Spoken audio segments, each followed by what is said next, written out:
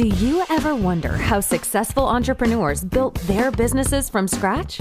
Are you unsure if starting a business is for you? Well, tune in as we discuss how successful entrepreneurs transformed their ideas into reality. Welcome back to From Zero to Revenue with your host, Chris Yap. Welcome to our podcast show, From Zero to Revenue. I'm happy to have you guys back here. Man, I am super excited to have our guest here today. Honored, really, to have my true friend, mentor, my client, my financial and business growth partner. Man, one of the kindest men I've ever met, I swear. Guys, please welcome our guest for today, managing partner of Ensign Partners, Todd Clarke. Thank you, Chris. It's my pleasure. I feel honored to spend time with you, and I really do appreciate our friendship and partnership, and you mean a lot to me. So this is a great opportunity for us to chat. No, absolutely. I've been wanting to have you here. I know our schedules kind of didn't align last year, but I just want to start by saying, man, thank you so much for putting together an amazing team at Ensign Partners. What you guys have done for my business and my family, you just really elevated us on a different level, financially, on business-wise. And my wife and I don't know where we are, where would be today, if not for you and your team support. So, and I'm gonna let you talk about that in a little bit here, but I just wanted to say that you have done an amazing job building that team. Thank you. I feel very blessed to work with amazing people. Absolutely. So that said, Todd, I'm going to give the floor to you. Please tell us about Ensign Partners. We'd love to hear it. Sure. Well, Chris, it's fascinating. My whole life I've owned businesses, right? I love small business. I love everything about small business, but I also know how difficult small business is.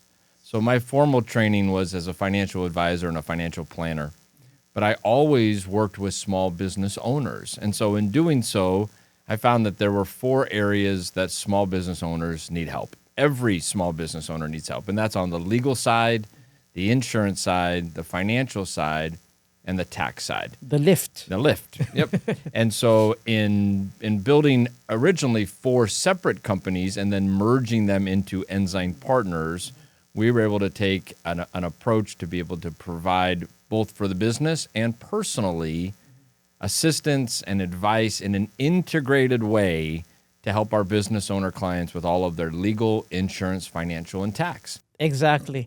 I will share my experience on that, but tell us, what are the top key problems that you solve for business owners today? I think the biggest challenge that business owners have, in my experience, we call it, if we're putting together a chessboard, the king and the queen on the chessboard, right? The king is, are you running a highly profitable business? And the queen on the chessboard is, do you have an adaptable leadership team? Too many business owners are simply self-employed. If you can't sit on the beach somewhere and your business run without you, you don't own a business, your business owns you, right? And so we love to help business owners understand, if we can align your personal goals and then move your business to align with your personal goals, it's far superior to having your business run your life. And so whether we're working on somebody's personal estate plan or we're doing their employment contracts for their business on the legal side, or whether we're covering personal insurance or your business insurance or your personal financial investments or CFO oversight and guidance on your business, all the way through, personal and business taxes and what have you.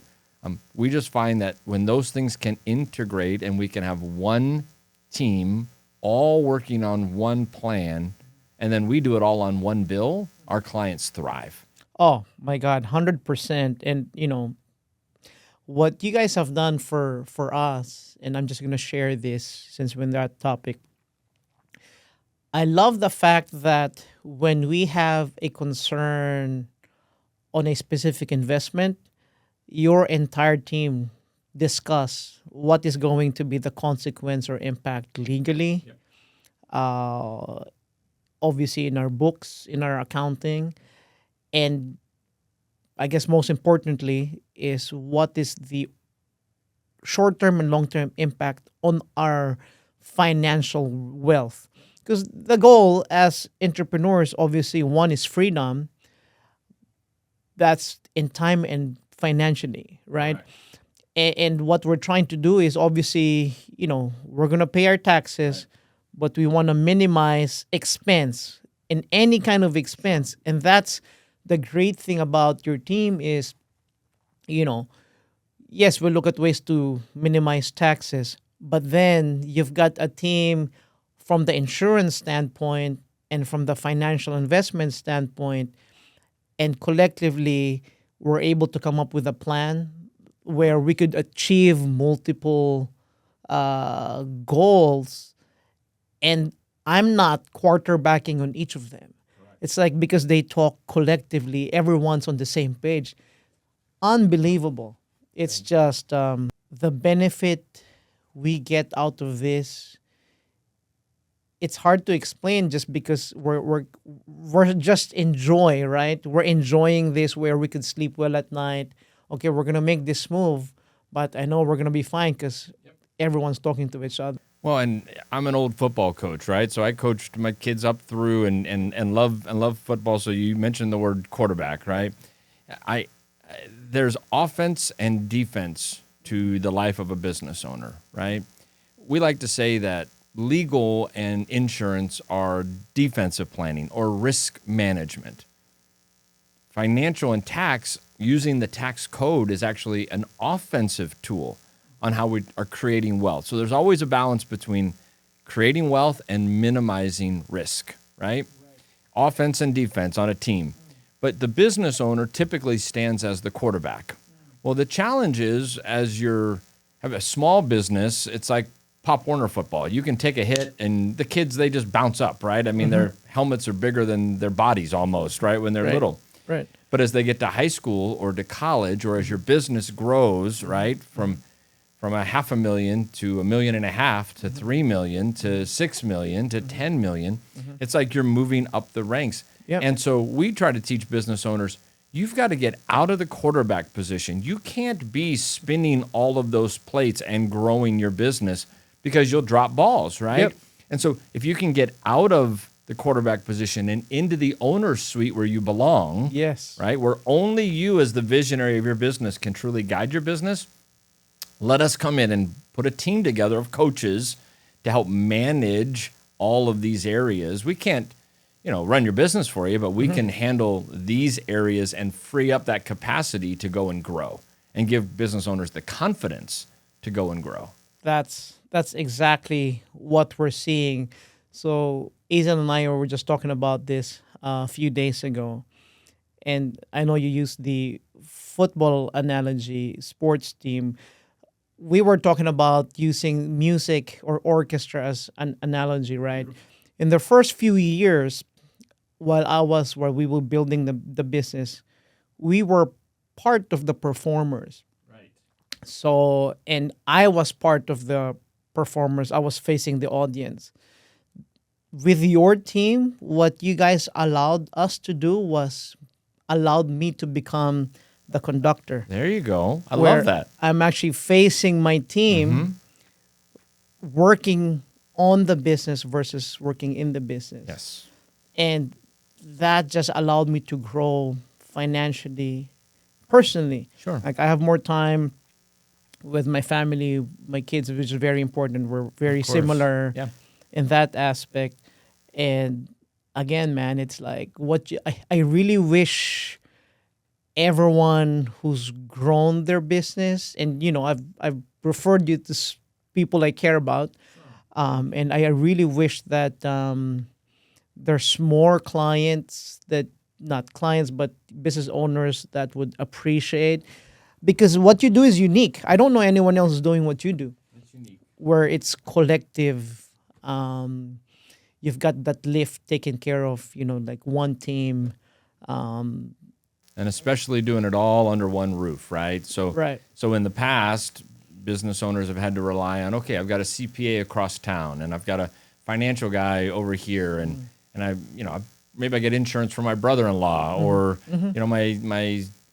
my accountant is out of state, but he's really good. But those professionals never talk to each other. They don't. And so the advice that you're getting from your CPA could be really good advice, but it might be conflicting advice that you get from your financial advisor. So now you, as the quarterback, have to decide, who do I listen to? Well, that sounds like a dysfunctional team, not a functional team. Because at the end of the day, your team should give you options and then let you choose, not give you contradictory advice where you have to navigate or choose not to listen to one of your advisors. So that integration is something that we think just sets us apart, but it adds efficiency and value to our clients. No, absolutely.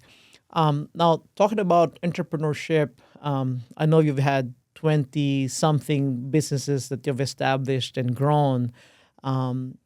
What was it about entrepreneurship that attracted you? I mean, have you always been an entrepreneur, or did you work for corporate America? Yeah, that's a great question. So I started my first business at 8 years old, and it was a legitimate business. Wow. I had to mow our lawn, and so then I figured with my brother and I, we could mow other neighbors' lawns, and we started doing that and grew several clients.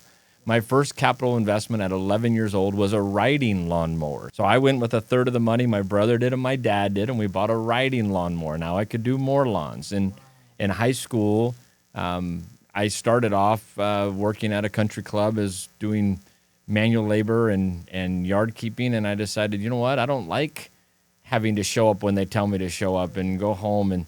And so I started with 3 of my buddies, a landscaping company, and we could go and in a morning make more money than I made in a week, and then we can go to the lake every day and go skiing. So I love the flexibility. In college, I started 3 businesses, and I've always owned businesses. And the reason why is because not just the freedom that it provides, but the ability to truly make an impact. And so, yeah, I'm not very employable, I would say, Chris. I'm one of those that, I've got an idea. Let's go get it started, and let's make things happen. Man, I love that story. I didn't know that story about you. And, I got to share, I started my first enterprise when I was 14. My family went to Hong Kong, and my parents gave us like spending money. I spent that money buying clothes and stuff that I could sell. Yeah. When I got home to Manila, I sold everything, and whatever is not sold, I mean, out of like maybe 10, 15 shirts, there was like 2 shirts not sold. Those were for me. Those were you. You But got the leftovers. That's when I realized I am a businessman. Yeah. I am an entrepreneur.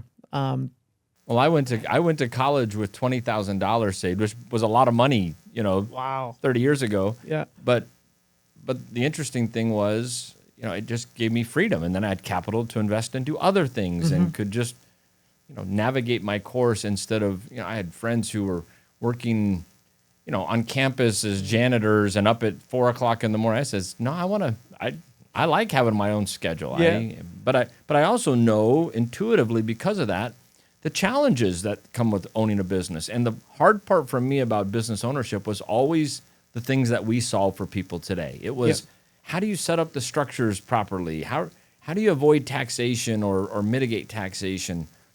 Am I properly covered on insurance and those things? And then do I have capital? So we do a lot of work in helping business owners get access to capital so that they can grow, right? Well, Joshua is actually helping me on that right now. Love it. That's the name of the game. It's perfect.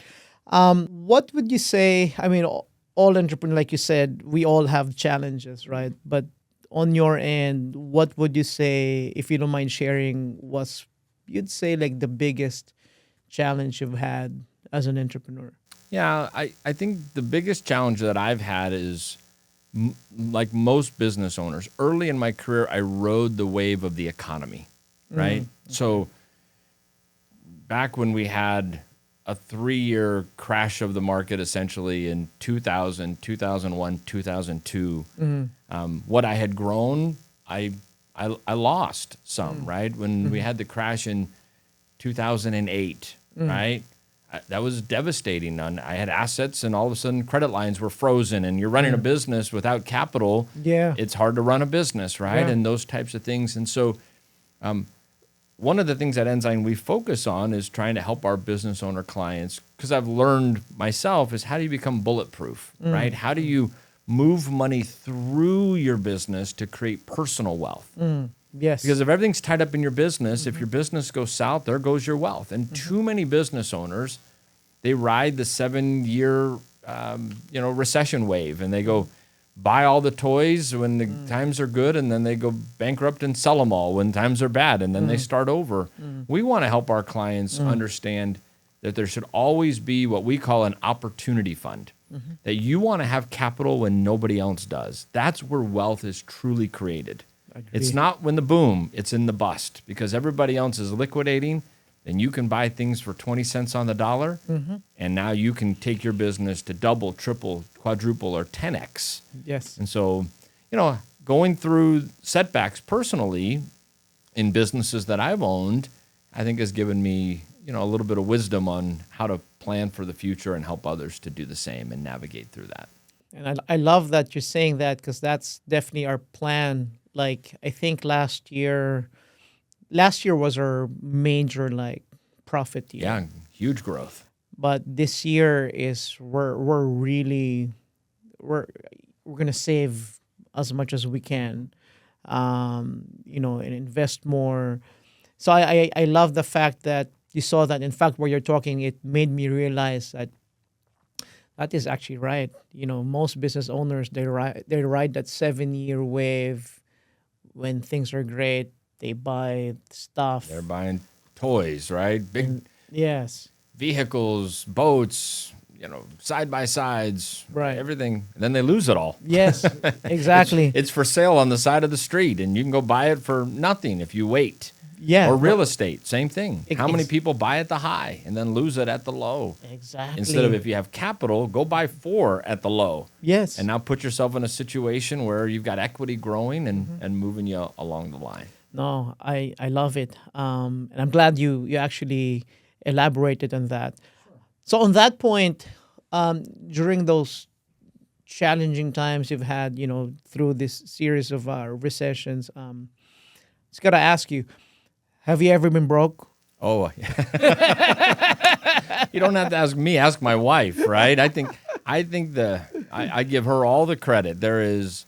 You cannot be a true entrepreneur without support, and my biggest rock has been my wife. Yes, and there have been times when she chose career-wise to be a full-time mom, right? So my wife never worked outside the home, and so as long as there was money in the account, she was happy.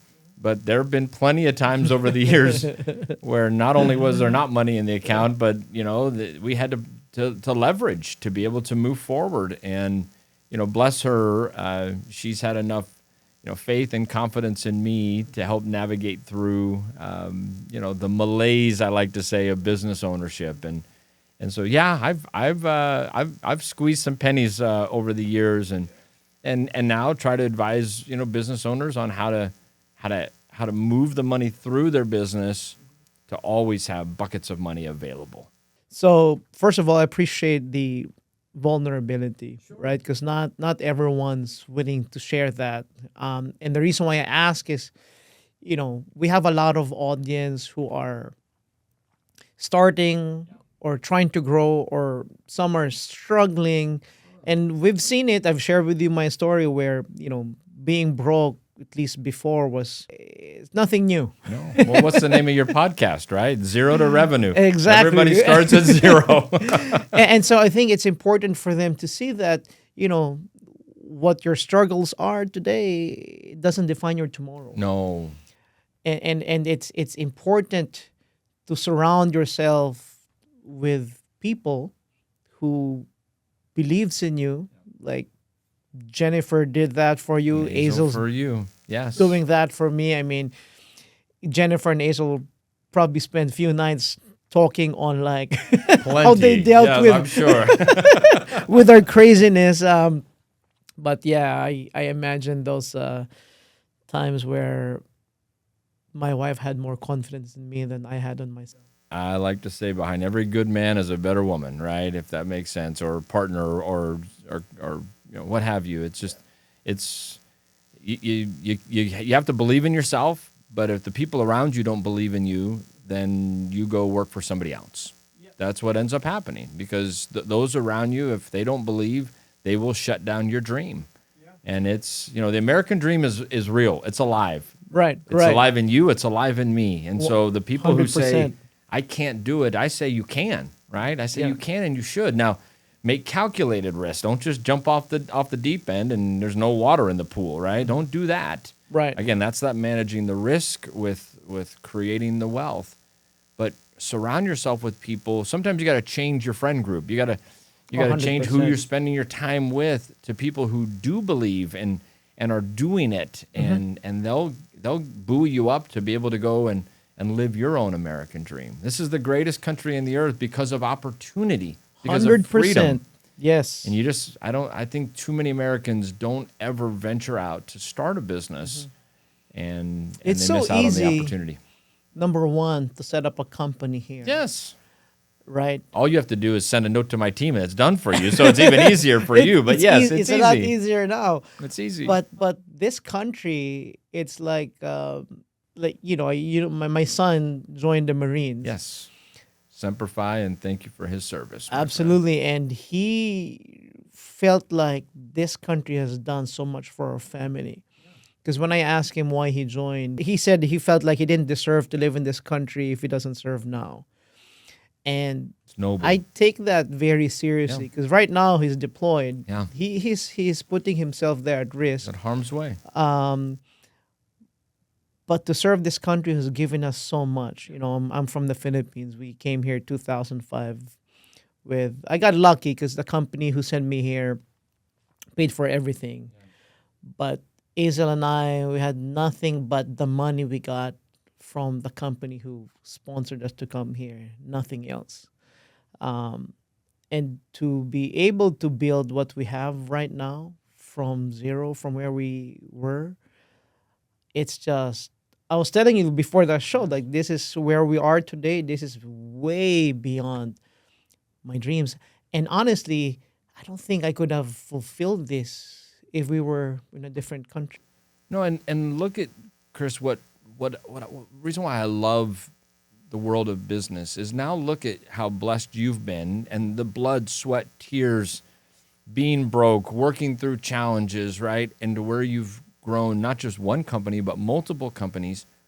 But now you're giving back. I mean, this podcast today, you're not paying me to be here. You're not getting paid to do this. Nope. But we love giving back, right? And we want to pay it forward. And so I love the young entrepreneur, or the person who's done with the career changes and wants to go start their own business. Yes. And again, I would just say, do it. Well, that's my purpose for this show. That's why I titled it as well as From Zero to Revenue, because really, we started from zero, right? And to that point, you shared your stories on the challenges you've had, gone through several recessions, economic instabilities. During your most challenging moments during those days, what was your mindset like? And I have to ask you this because there are probably listeners right now who are going through that phase. So I want them to understand that it starts with a mindset. And so obviously you were able to pull yourself out of those situations multiple times. But what was your mindset like when you were in those moments of challenges? As you think back, everybody has problems. Mm-hmm. Everybody in life has problems. The person you think's got the greatest life in the world, everybody's got problems. And so, one of the things I've leaned on over the years is, again, family. It's been faith. Mm-hmm. But I've been blessed with an optimistic outlook. Yes. I get that, I think, mostly from my mom. My mom is the most just pleasant, just the sun is always shining mindset. And so even in dark days, I've always just believed. I've always said I can do it, right? I've been blessed by God. I live in a great country. There's Amen. Opportunity, and so let's just do the work. I've never been afraid to do the work. I learned that from my dad, right? My dad was one of the hardest working people that I know, and he taught me, be the first, stay to the last. And when I started early, that's what I just would outwork everybody. I wasn't smarter than them. In fact, the first guy that interviewed me to do an internship, a part-time internship in the investment world, which is where I got my formal training, while I was still in college. When I interviewed with him, he said no. He said, "Kid, you're too young," right? And so I went to another guy in the office and interviewed with him, and he said, "Sure, I'll hire you, kid," right? And so I joined that firm and got started. But that's just tenacity and desire and a willingness to say, you know what, I'm not going to just allow my life to be dictated by what circumstances. I'm going to go create my own circumstance. And you know what? To that point, I have this statement phrase that I love, and from a guy I'm sure you know, Stephen Covey. Yeah. He said, all things are created twice.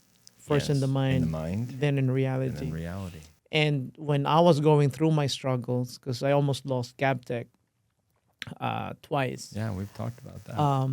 And my mindset was, I was just really creating this picture of, me and my wife just being able to go out, have lunch anytime we want, go on vacation while business is working.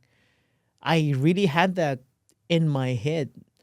So I think for those who are facing difficult times, challenges today, I think you really have to start with the mind. You do. You like what you said, you always, but obviously not everyone's blessed with that positivity and everything, but you can change it. You can change your mindset just like that.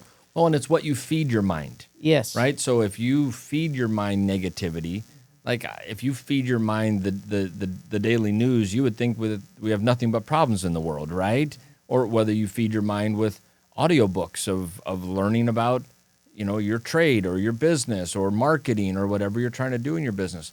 One of the sayings I coined early that I've shared over the years as I've coached and mentored and trained other entrepreneurs as well is go get your unfair share, right? There is no such thing as equality. There's just not. Life is not fair. That is true. It's not fair. It's what you create out of it.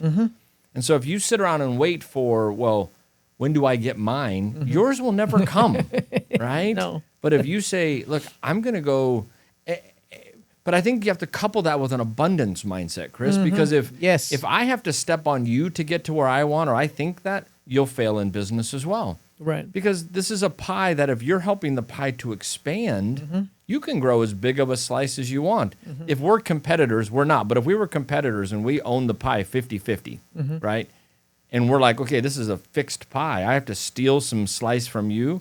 Well, then this becomes conflicting, right? But if the pie's expanding, my slice can grow and we can both have 50%, or you stay stagnant and the pie grows, or I grow the pie. Now I got 75 and you have 25 because you stayed stagnant, but I decided to grow. Yes. And so, that's where the mind really is the most powerful tool that we have. No, 100%. Totally agree. And, this is a little bit of side note, talking about the mindset, the power of the mind. As you know, we both went through that weight loss journey. We did. Right? We did.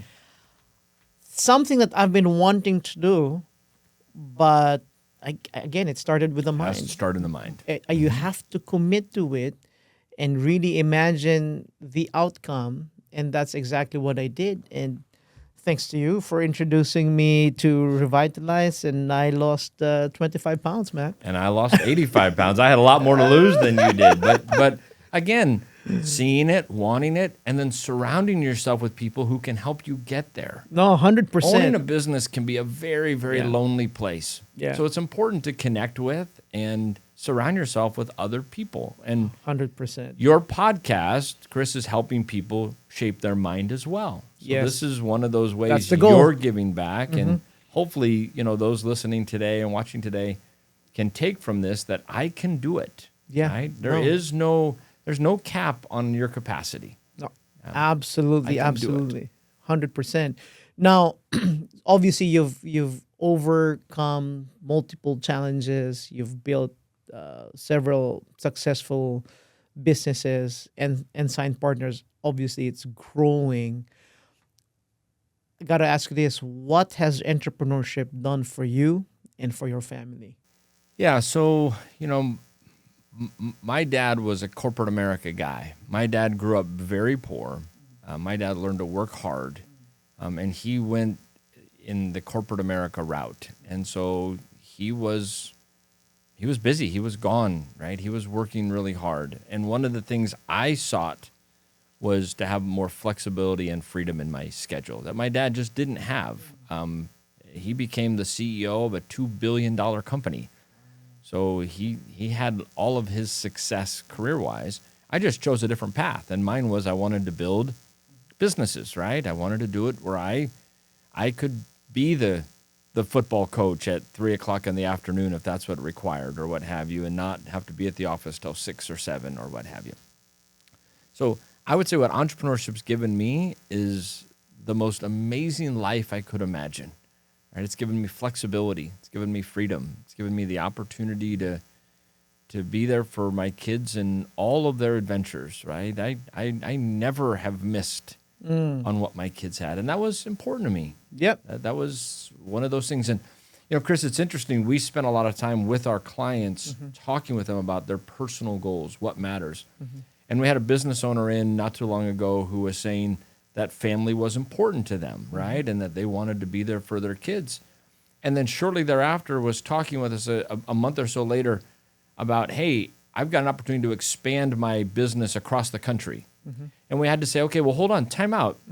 If you expand your business across the country, what's that going to require of your time and travel? So, I'm going to be gone a lot. Well, you just told us this was the most important thing. So that's where entrepreneurship can truly help you to align what you want out of life and then build your business to give you that, right? And corporate America can't do that for you. No. Corporate America or working for somebody else, they're going to put you on the path that they want to help their goals happen. Business ownership, you can set your life goals and then build a business. And if your business stops giving you or charting you on that, then sell or get rid of your business. Start another business. Have your business be a tool or a vehicle to help you get what you want out of life. So I love that, that because it really is. It's business really is a tool. It's a tool. It's a vehicle. It's a vehicle, nothing else. I used to get overly emotionally involved with my businesses, right? I used to say starting a new business is like having a child, and it in some ways it really is. Yeah, for sure. But it consumes time and treasure, right? And it deserves and requires energy and attention and those things. I've become less emotionally attached to my business because I've learned the business is just the funding vehicle to do what I want in life, and you don't have to build a $10 million business for that to be the case, or a $100 million business. That can start when you own a really small business, but you've got to do the work. It's okay to be out of balance at times, right? You have to be out of balance. But if you constantly live your life out of balance, then something will break. Yes. I see too many marriages end because people choose their business over their spouse or over their family. That's a travesty in my mind. I don't think that it doesn't have to be that way. It doesn't have to happen. Nope. And that's exactly what Hazel and I agreed on when she agreed to support me on my journey to become an entrepreneur. That was the promise I made to her, that this business is the vehicle. It's just a vehicle for the life we want, the freedom we want. This is not choosing the business over you or the kids.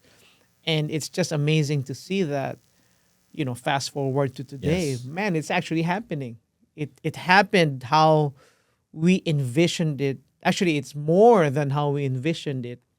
And again, going back to how we did that, you got to surround yourself with the right people. Great people. Obviously, we have you. We have your team. I have great mentors who just believed in me when I had nothing. They just believed, I think, that I had the potential. Because these entrepreneurs who were coaching me, they're running multi-million-dollar business, but they'd spend time with me.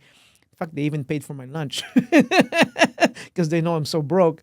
Um, but thinking about those now, it's like that was unbelievable because they gave me their time.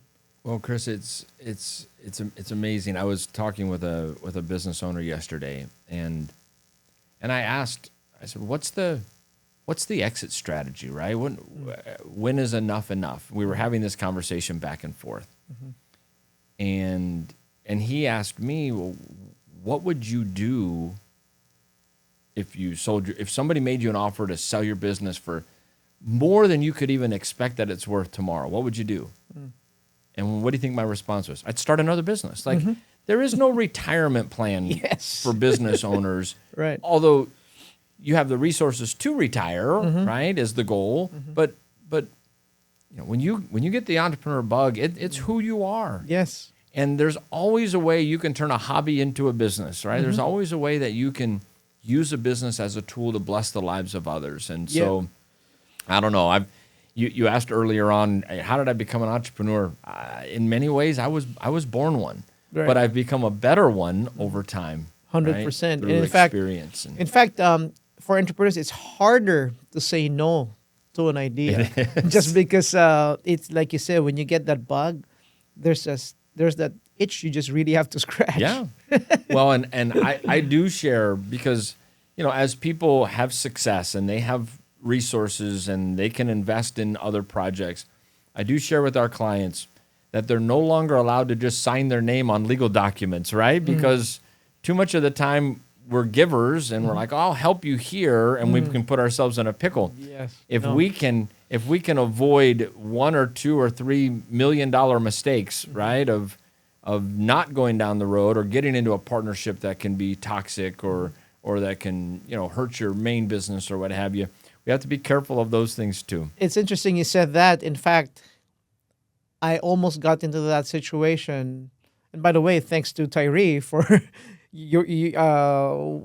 one of your legal team who advised me on the pros and cons. And that's when I realized, oh, shoot, I don't really want to get into that.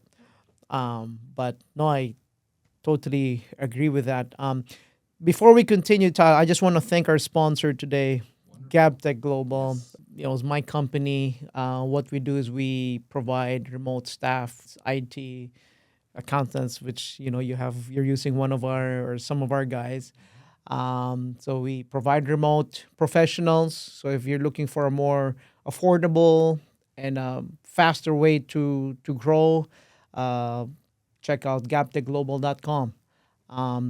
So continue on, Todd.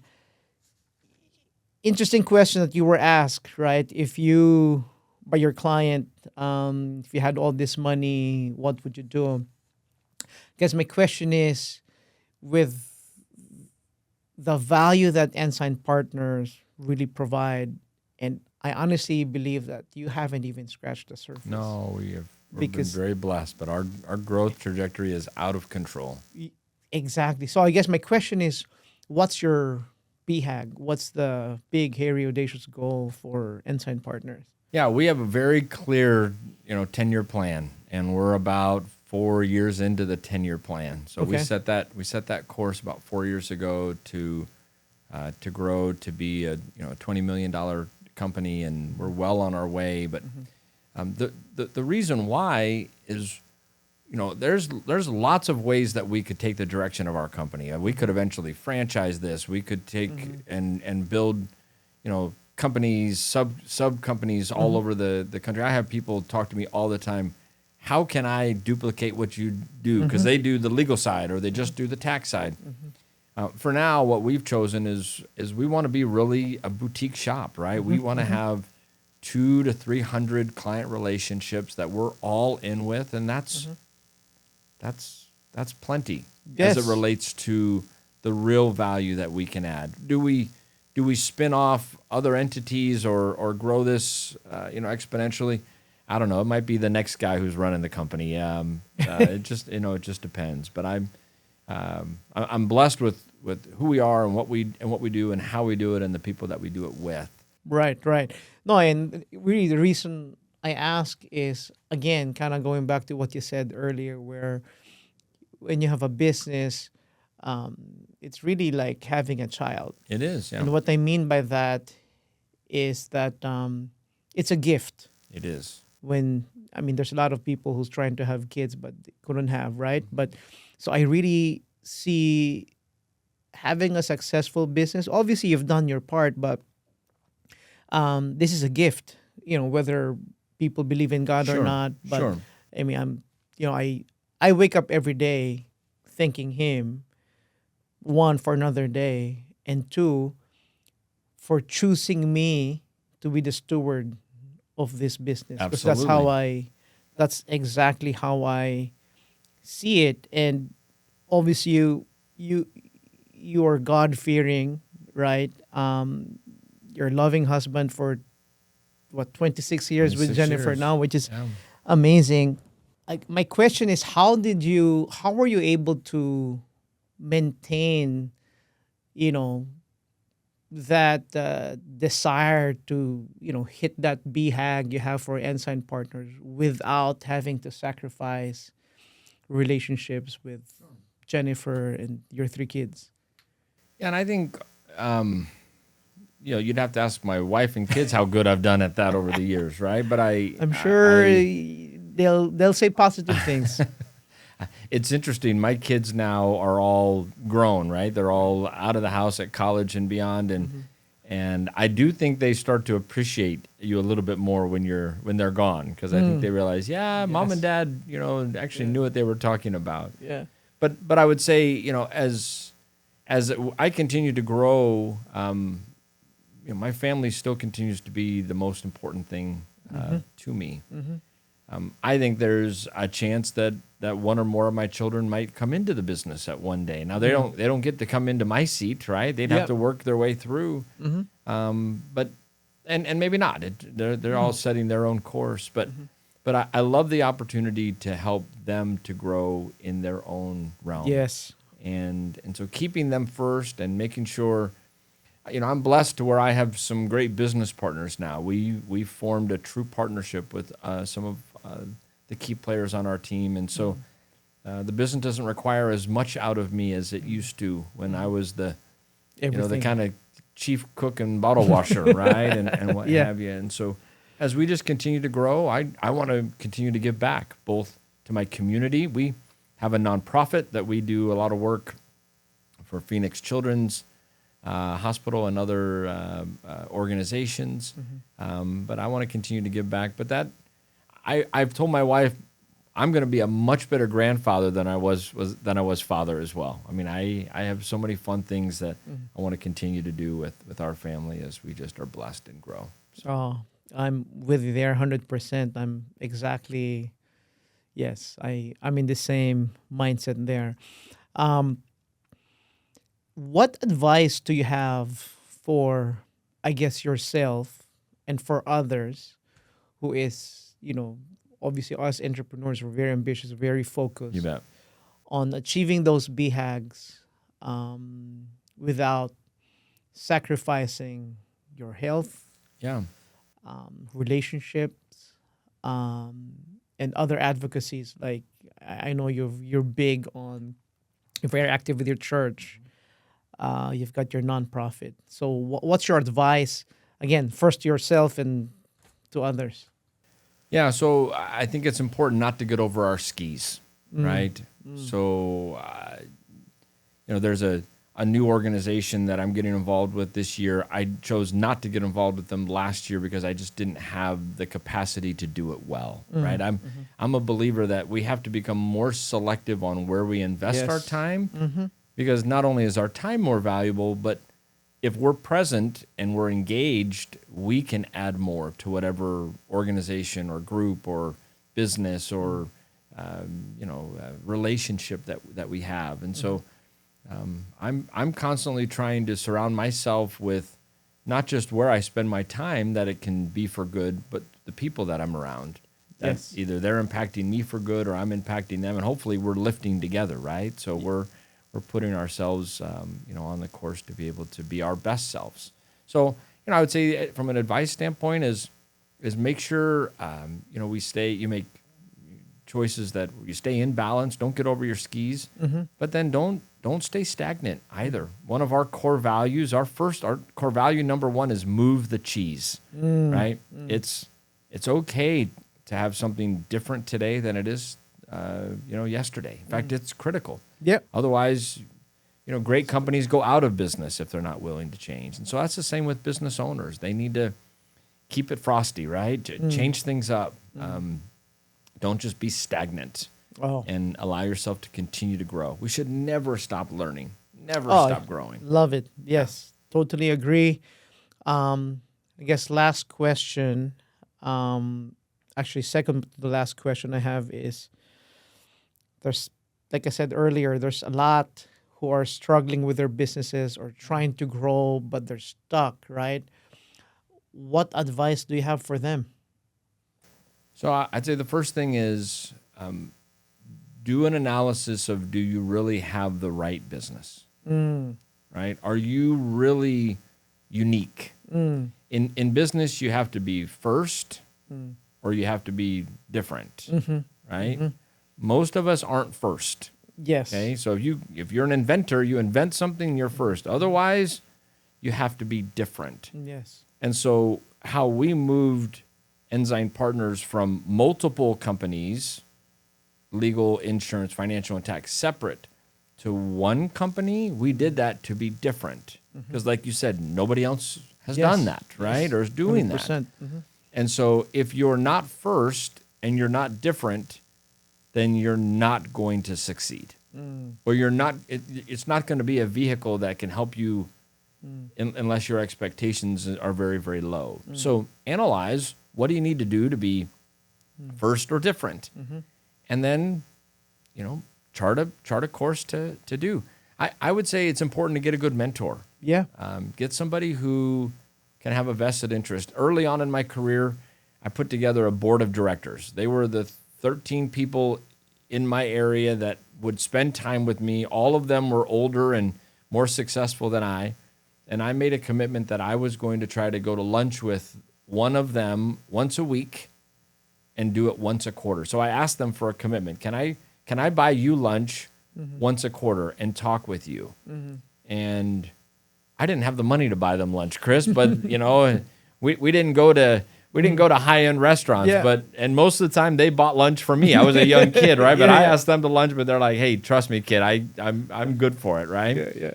But I would learn from them, and I would ask them, and be a sponge, and they would open up doors for me or opportunities as well. And so, don't be a know-it-all, right? Don't be afraid to ask for help, but make sure you've got a business that is first or different.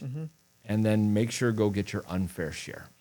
Man, I love how practical and how doable those advices are. Because a lot of times you'd hear it's kind of very vague, very subjective kind of advice, but your advice is probably one of the best I've heard in this show. Because it's very practical and it's great. Lastly, Todd, what is your favorite quote? It's play to win. Play to win. Oh, play to win. I love that. So if you're going to play the game, do it to win. Yeah. Life is a game. I think if you played your life more like you played Monopoly, right? You play the game Monopoly, you make crazy risks, sometimes too crazy, but too many people are too conservative in life. And they don't. I like to have my hair on fire. That's why I'm losing it a little bit, right? But I like to play to win. And I think anything worth doing, you should max it out. You should give it your all, and you should play to win. There are winners and losers in life, and that's okay. So I always say, go get your unfair share, but you do that by playing to win, not playing to tie or playing to just survive. Right. Man, I love that. So, Todd, for those who want to learn more about you, about Ensign Partners, what's the best way to contact you or learn more about Ensign Partners? Yeah, you bet. So you can certainly go to our website, Ensign, ENSIGN, ensignpartners.com. There's great information there. You can also, email me, T Clarke with an E on the end of Clarke at ensignpartners.com. But I'd be happy to share any concepts that have been successful for us or give any ideas that could, help benefit others' lives. I love, mentoring and helping those who are wanting to help themselves. So. Man, this has been an amazing episode, Todd. Thank you, Chris. I am truly blessed to have you here. Thanks again for your time, your generosity, and sharing your wisdom and being vulnerable in today's episode. I got so much out of it. I'm sure our audience got so much out of it as well. Thanks so much, Todd. You bet. I appreciate you much. Man, it's my honor. So that concludes our show. Again, this is Chris Yap, your host for From Zero to Revenue. Until next time.